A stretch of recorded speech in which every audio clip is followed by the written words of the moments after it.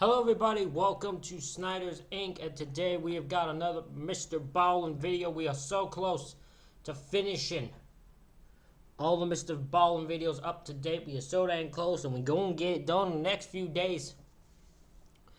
And this video is The Farm from Hell, mature audiences only. We don't get right into it, ladies and gentlemen. Hit the like button, hit subscribe button, comment your thing down below. If you'd like to help the channel out with a donation, you can leave a super thanks or a link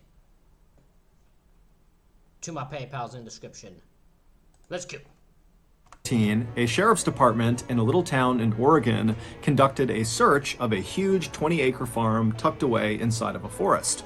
A local man had gone missing recently, and this farm was one of the few places they knew he had been.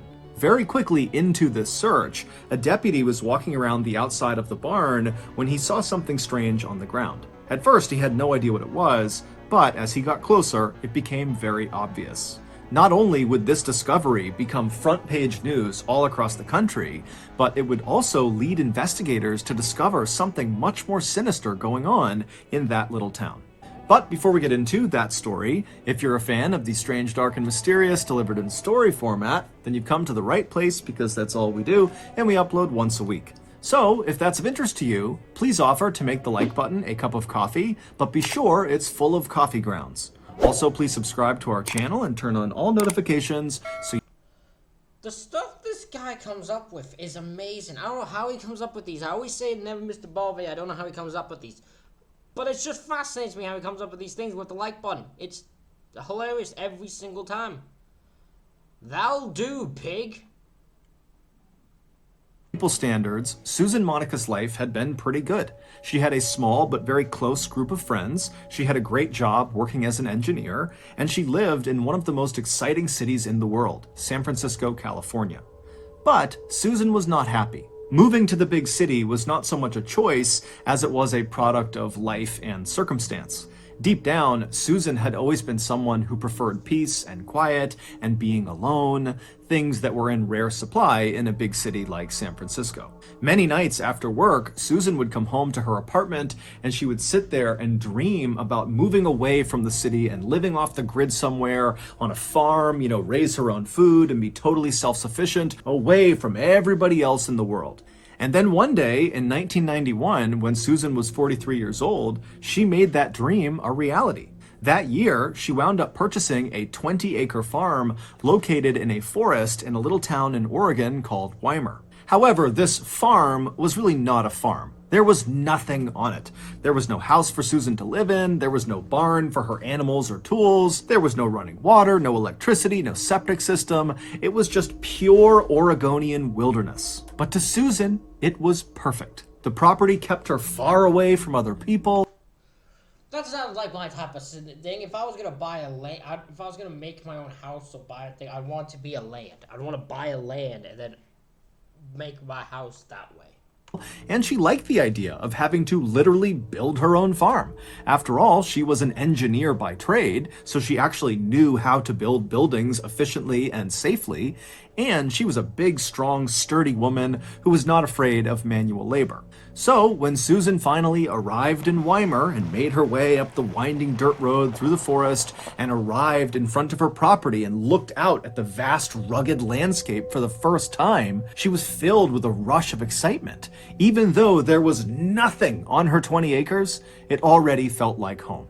Over the next several months, Susan would transform these 20 acres into a neat little farm, complete with a big barn and a shack for her to live in, and a few animal pens for livestock. However, after the farm was built, Susan realized that building the farm was actually not the hard part. The hard part was maintaining the farm, going out there every day and doing all of her chores, feeding all the animals and doing all the different projects she had in mind. It was exhausting. And so not long after the farm was complete, Susan realized that as much as she wanted to be totally alone out there, she had to set that aside and hire some help. And so Susan printed out all of these help wanted flyers and put them all over town in Weimar, and before long, people began making their way up to her property to inquire about the role. Most of these applicants were people who struggled to find work elsewhere, either because they lived a sort of transient lifestyle, bouncing around from place to place so no one was ready to hire them long term, or because they had a criminal record and just straight up could not get a job.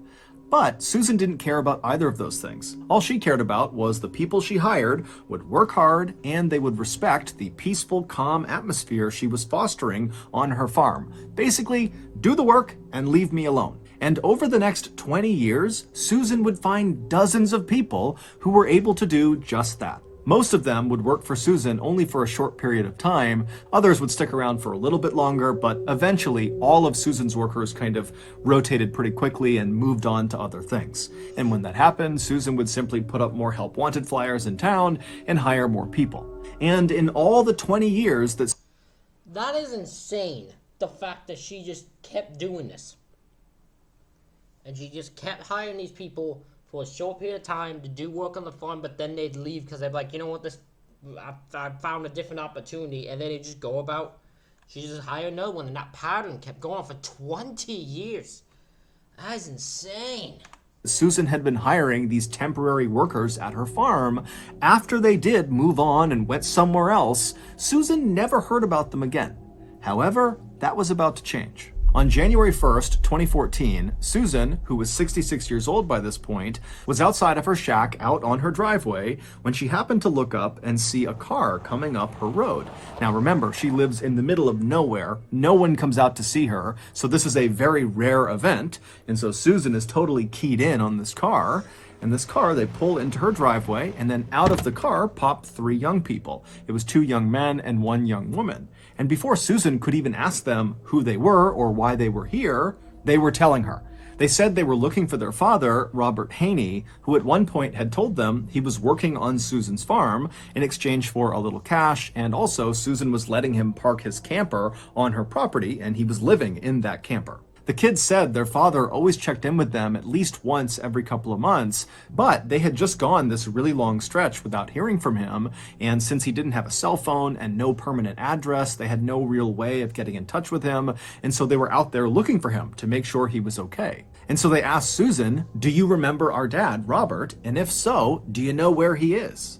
Even though this whole situation was totally surprising for Susan because she almost never got visitors, so that alone was kind of jarring for her. But when she heard the kids say their dad's name, Robert Haney, she immediately knew who that was. Susan told them that she had hired their father the previous spring to help build a structure on her farm. And initially, Robert was really nice to have around the farm. He worked really hard, he kept to himself, he was quiet, and he had a dog that was really friendly and loving. But in August of the previous year, so 5 months into Robert's employment on Susan's farm, Susan would tell them that their dad totally changed. He started drinking really heavily and not really working very much, and spending a lot of the day just kind of ranting and raving outside of his camper about how he wanted to exact his revenge on someone. Susan would eventually find out that what Robert was talking about is apparently one of his kids had been assaulted, and he felt very guilty that he had not been there to protect his child. And so the way Robert was handling this guilt was by drinking and thinking about getting his revenge on the attacker. Now, while Susan did understand why Robert felt the way he did and why he was kind of acting the way he was, it didn't change the fact that Robert's behavior had become very disruptive on her farm, and the one thing Susan really wanted was peace and quiet.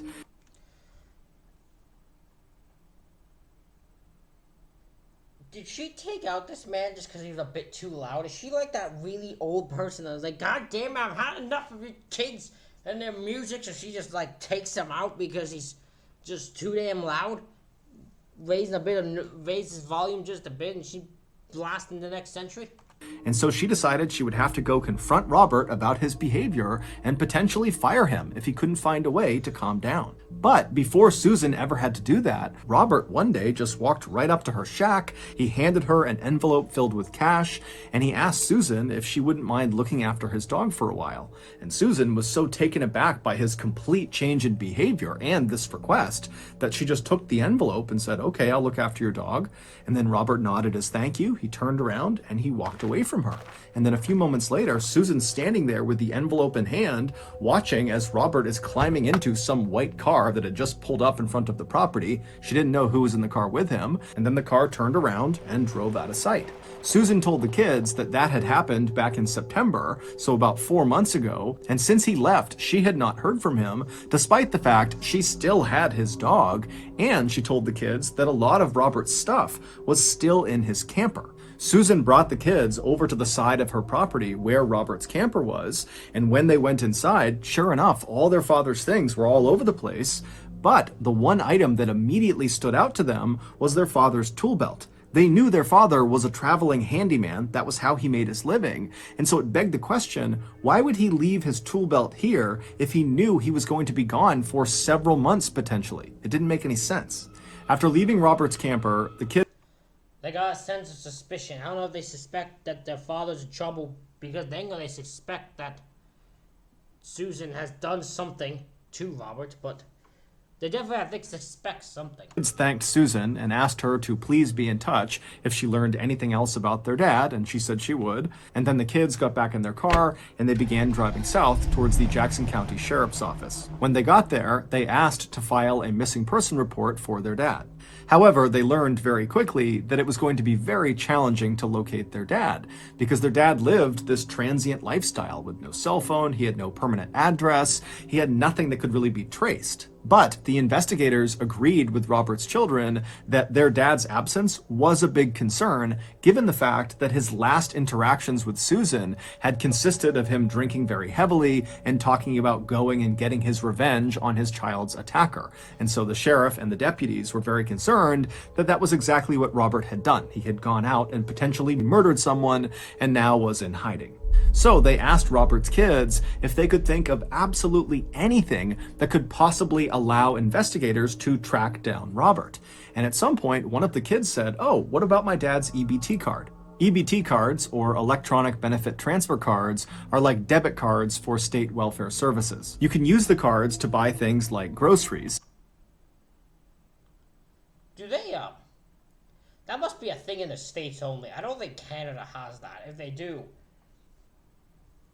I wish I had it. And the cards are definitely traceable. A few days later, when Robert's... Are they even still a thing now that I think about it? This sounds like a thing in the 90s. Are they still a thing, EBT cards? Sounds like sketchiness. I don't know if they'd still be a thing from that. EBT card trace came back. Investigators saw the card had been used just 1 month earlier in a Walmart located about 30 minutes southwest of Susan's farm. Now, this trace obviously didn't tell investigators where Robert was right now or what kind of condition Robert was in, but they had no other leads to operate on, so they decided they would go to the Walmart and see what they could find. When they got there, the investigators were led to the back room of the building where they were able to review the security footage from the previous month when Robert was supposedly there with his EBT card. But after reviewing hours and hours and hours of footage, the investigators never saw Robert on camera. However, they did see Susan on camera, and unbelievably, she was the one using Robert's EBT card. And so obviously this was very suspicious, and right away the investigators left the Walmart, went back to their office, and began the process of getting a search warrant to search Susan's farm. Fair enough. Well, I guess we're getting an ad here. Oh, it's a good ad. Okay, I'm gonna let the ad go. Last night, I decided I wanted to treat my family to a nice homemade dessert. And so I headed to the grocery store and I picked up a trough of spoiled milk and a hammock of fermented herring, and then I headed home to blend the two together to create a nice frappe milkshake. But right before I hit blend, I got a notification on my phone that said I had just spent $2,000 on swearatawalrus.com. Now, I love to swear at a walrus as much as the next guy, but that website became so addicting for me. I was swearing at 50 walrus a night, and so I had to cancel that months ago. And so I knew that $2,000 charge could not be mine. Someone had stolen my credit card. But when I pulled out my 20-pound wallet, my credit card was still there. Well, it turns out the Dementor that was at the grocery store with me, who bumped into me as I was scooping up my spoiled milk, he wasn't just bumping into me, he was using his RFID scanner and scanning my wallet through my jeans and ripping off my credit card information. Yes, that's a real thing. People literally can scan your cards with a scanner through your pocket. Needless to say, If that's an actual thing, that's fucking insane. That is insane. You can scan someone's cards through their clothing? Like, that's insane.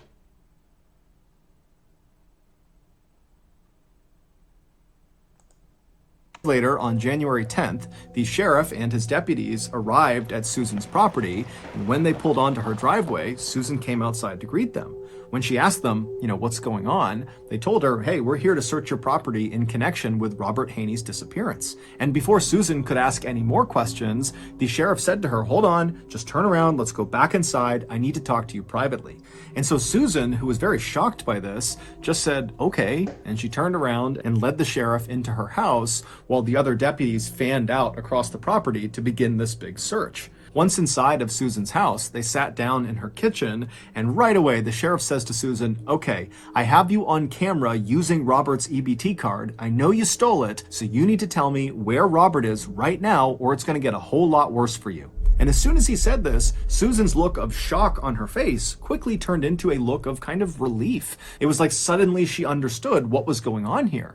And she says to the sheriff, no, I didn't steal his EBT card.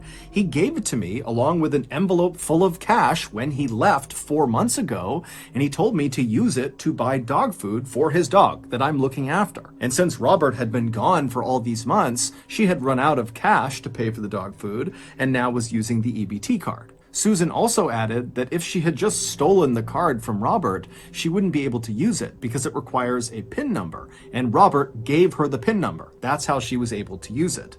The sheriff was not totally sold on Susan's story, and so he continued to ask more questions, trying to trip Susan up about how she came to acquire this card, but Susan was very firm that Robert had given her the card, and that was it. And so after several minutes, the sheriff realized that Susan was likely telling the truth, which meant the EBT card angle was likely a dead end, and they would have to call off the search. But as the sheriff was standing up to leave the kitchen and leave the property altogether, a deputy from outside came running into the kitchen and without saying a word, just bent down and whispered something into the sheriff's ear. And as the sheriff is listening to this deputy, his face is contorting in disgust. He can't believe what is being told. And after the deputy stands up and leaves the kitchen, the sheriff takes a deep breath and then looks at Susan and says, ma'am, you're going to have to come with us. Back at the station, a now very flustered Susan was led into a small interrogation room where she sat down looking totally anxious. She's looking around, wondering what's going on. And then the sheriff walked into the room, immediately hit record on the camera, and then looked at Susan and says, has anyone died on your property? The story that Susan would tell the sheriff that day in the interrogation room was so completely unexpected and horrific, it would make headlines all across the country. This is insane. So she has come up with a story. Whatever the story is that she's come up with. She's come up with a story that has led to Robert being dead, because Robert's clearly the body they found. And she somehow is responsible for it. Susan began this story, she told the sheriff that everything she had said about Robert Haney's disappearance had been the truth. However, she had left one little detail out. After Robert had handed Susan that envelope full of cash and the EBT card, and then climbed into that stranger's car and driven away, after that, Robert had actually come back to her farm, and recently. Susan said she discovered his return when one morning she got up and she went outside to go feed her animals when she looked over at the pig pen and saw all the pigs who would normally be laying down and lounging around at that time of the day. They were all up and they had converged in one portion of the pig pen, and they had kind of formed a circle around something on the ground, as if they were all trying to look at something on the ground. Now, Susan said this was totally uncharacteristic, so obviously something weird was going on, and so Susan dropped left her food and rushed over to the fence. She climbed into the pig pen, and as she got closer and closer to all these pigs, she realized they weren't just looking at something on the ground, they were eating something on the ground. And so Susan goes right up to this ring of pigs, and she begins pulling them aside, and then right in the middle on the ground is Robert. He was laying on his back, and his insides had all been torn out. Susan, now, look, someone's gonna correct me. I am not a man. I don't know about pigs, okay? I don't know enough about pigs to say if this could happen. However, I don't think pigs would just end up randomly attacking someone and bringing them to the ground and eating them. I've never heard in my lifetime a story of someone getting attacked. Like someone minding their own business and getting attacked and eaten by a pig. It's never been a story I've heard. I feel like the only way pigs would eat something is if it was thrown to them like it was meat. So I still believe that he would have somehow had gotten there in order to be eaten. I don't think he went into the pig pen and just got murdered. Out. It was like the pigs were disemboweling him, and the most shocking thing is Robert was still alive. He was moving his arm and groaning. Susan tried to pull the pigs off of Robert, but she said they kept coming back and really aggressively continued to eat Robert. It was like they were in this feeding frenzy. And so Susan said, I thought about lifting him up and moving him, but Robert was practically split in two, and she felt like if she tried to move him, that would kill him anyways. And so Susan said she did the thing that she thought was right at the time. She left the pig pen, went into the barn, got a shotgun, ran back to the pig pen, raised the weapon, and fired it into Robert. Susan told the sheriff that this was purely an act of mercy. She was ending his suffering. After Robert was dead, Susan said she just left the pig pen, and then 3 days later, she went back into the pig pen with bags and collected the little bits of Robert that had not been eaten by her pigs. And then she took those bags of remains and chucked them into her barn on top of the trash pile. But clearly, Robert's remains had not remained in the barn because the thing that deputy had whispered into the sheriff's ear when the sheriff was talking to Susan in the kitchen was, "Sir, we found a leg outside." It was Robert's leg, and it was found not inside of the barn in the trash pile, but out in the middle of her property, just out in the open. Susan, when confronted with that information, suggested that, maybe a wild animal had gone into the barn, got a hold of it, and dragged it off. The sheriff didn't even know what follow-up questions to ask, and so he just said, well, why didn't you call 911 when you first saw Robert? I mean, maybe we could have saved him. Or at least after he was dead, why didn't you tell someone? Susan would say that the reason she didn't tell anyone is she was afraid that if word got out about what her pigs had done, then her pigs would be euthanized and she would lose a major revenue stream because she sold her pigs' meat in town. And she said even if her pigs were not euthanized, she was worried people in town would not want to buy her pigs' meat after they learned her pigs were attacking and eating humans. Susan would tell the sheriff, "That is insane. That is so self-centered. She didn't even think at all about Robert or his children, or she didn't care at all. All she cared about, she's like, didn't want to lose her revenue stream. So self-centered. So egotistical." Exactly where they could find the bags that contained Robert's remains, and she even said she would take a polygraph test to show she was now telling the whole truth. But when she actually sat down to take the polygraph test, she kept fidgeting and coughing and doing these really dramatic sighs, and it was causing the test operator to get really inaccurate readings. And so when this first polygraph test was over, the results were inconclusive. And so the investigators made Susan take another test, but again, she continued to fidget and yawn. And so finally, the investigators in the room watching this Well, that just tells me you're lying. That just tells me you don't want to actually do the test, so that tells me you're lying. happened, just called off the test. And when they did, they said to Susan, hey, we're going to search your farm, and if there is anything on your farm that you have not told us about, you're going to be in serious trouble, because we're going to find it.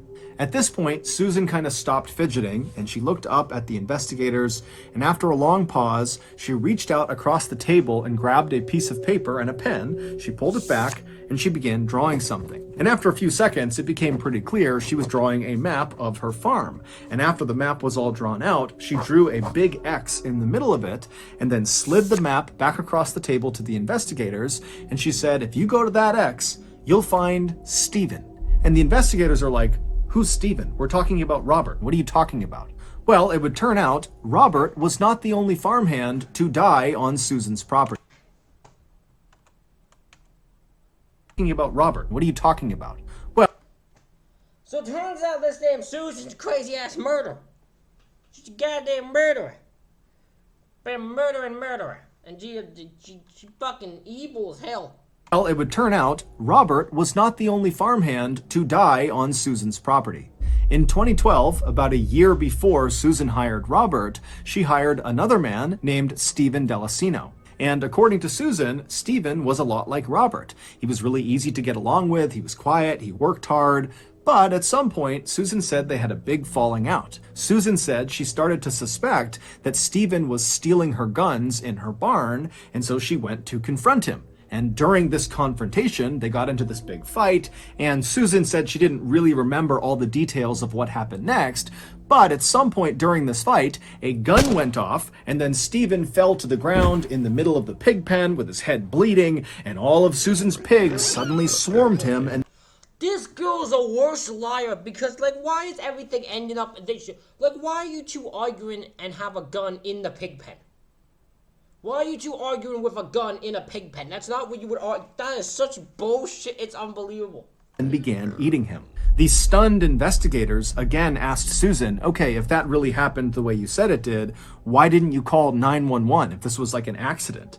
And Susan would say, again, that her big fear was her pigs would either be euthanized or word would get out that her pigs were eating people, and the people in town would not want to buy her pig's meat because of that.